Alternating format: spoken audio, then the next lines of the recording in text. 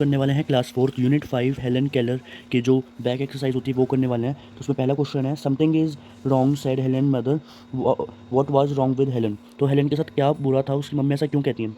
तो वो इसलिए कहती है क्योंकि जो जो उसको बुखार हुई थी, जो उसको बीमारी हुई थी हेलन को, उसकी वजह से वो ब्लाइंड और डेफ हो जाती है। दूसरा क्वेश्चन है although Helen could not here and see what was the girl was she. तो हेलन कैसी बच्ची थी, हालांकि वो सुन नहीं सकती थी और देख नहीं सकती थी। तो इसका आंसर हो जाएगा कि वो बहुत ही ब्राइट और स्मार्ट थी, हालांकि वो सुन नहीं सकती थी और देख नहीं सकती थी। तीसरा क्वेश्चन है who agree to help Helen. तो हेलन की हेल्प करने के लिए कौन राज़ी होता है? तो जिसकी टीचर होती हैं मिस सुलीवान, तो वो रेडी होती हैं हेलन की हेल्प करने के लिए। चौथा क्वेश्चन है how did Miss Sullivan help Helen. Helen की हेल्प करने के लिए सुलीवान कैसे क्या क्या स्टेप्स लेती हैं? तो वो उसको डॉल बोलना सिखाती हैं और उसको उसके हाथ पे लिखती हैं डॉल, जिसकी वजह से उसको साइन लैंग्वेज और वर्ड्स भी सिखाती हैं। तो और फिर उसके बाद फिफ्थ क्वेश्चन हो जाएगा what did Helen learn when the teacher put her hand into the running water. Helen क्या समझती है जब उसका हाथ जो टीचर होती हैं मिस सुलीवान, जब वो उसका हाथ पानी में डालते हैं, तो हेलन को क्या समझ में आता है कि उसको समझ में आता है कि कुछ चीज़ जो गीली है और जो फ्लो करती है उसके हाथ के आसपास, उसको समझ में आता है कि उसे वाटर कहते हैं।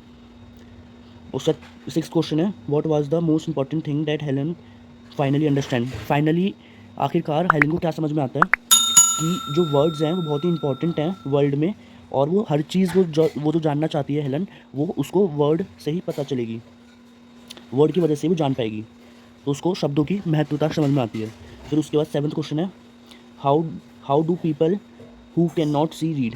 तो जो पीपल देख नहीं पाते उनके लिए आप क्या करोगे, ये पूछा गया है। The people who can not see the read through special books written in a special language called Braille. तो जो लोग देख नहीं पाते उनके लिए स्पेशल बुक्स होती हैं स्पेशल लैंग्वेज में, जिसे हम कहते हैं Braille. They touch the script and the understood the meaning of the written text. वो महसूस करके उसको टच करके समझ पाते हैं कि उस पर क्या लिखा हुआ है बुक्स पे। उसका एट्थ क्वेश्चन है what is the script of the children can not see called. जो बच्चे देख नहीं पाते उनकी जो बुक होती है उनको क्या कहते हैं? उनको कहते हैं ब्रेले। हमने पहले वाले क्वेश्चन में पढ़ा था। उसका नाइन्थ क्वेश्चन है how do you think people children who can not see. तो जो बच्चे को देख नहीं पाते उनके लिए आप क्या करोगे? तो उनको, जैसे कि हमने पहले पढ़ा है, कि उनको हम वो स्पेशल बुक देंगे स्पेशल लैंग्वेज वाली, जैसे ब्रेले कहते हैं, हम उसको गिफ्ट करेंगे। तो उसका आंसर हो जाएगा ये नाइन्थ क्वेश्चन का कि हम उनको बच्चों को ब्रेले गिफ्ट करेंगे।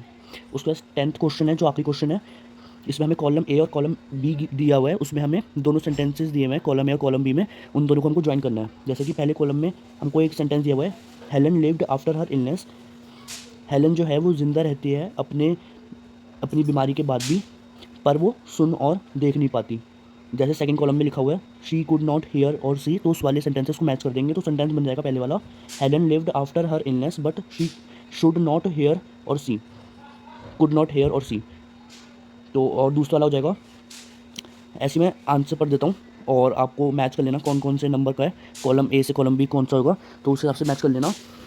दूसरा हो जाएगा शी कुड नॉट सी और hear but she was very intelligent. हालांकि वो सुन और देख नहीं पाती थी, पर वो बहुत ही ज़्यादा समझदार थी। तीसरा हो जाएगा, तीसरा सेंटेंस बन जाएगा people thought that she could not learn anything but the mother thought could learn.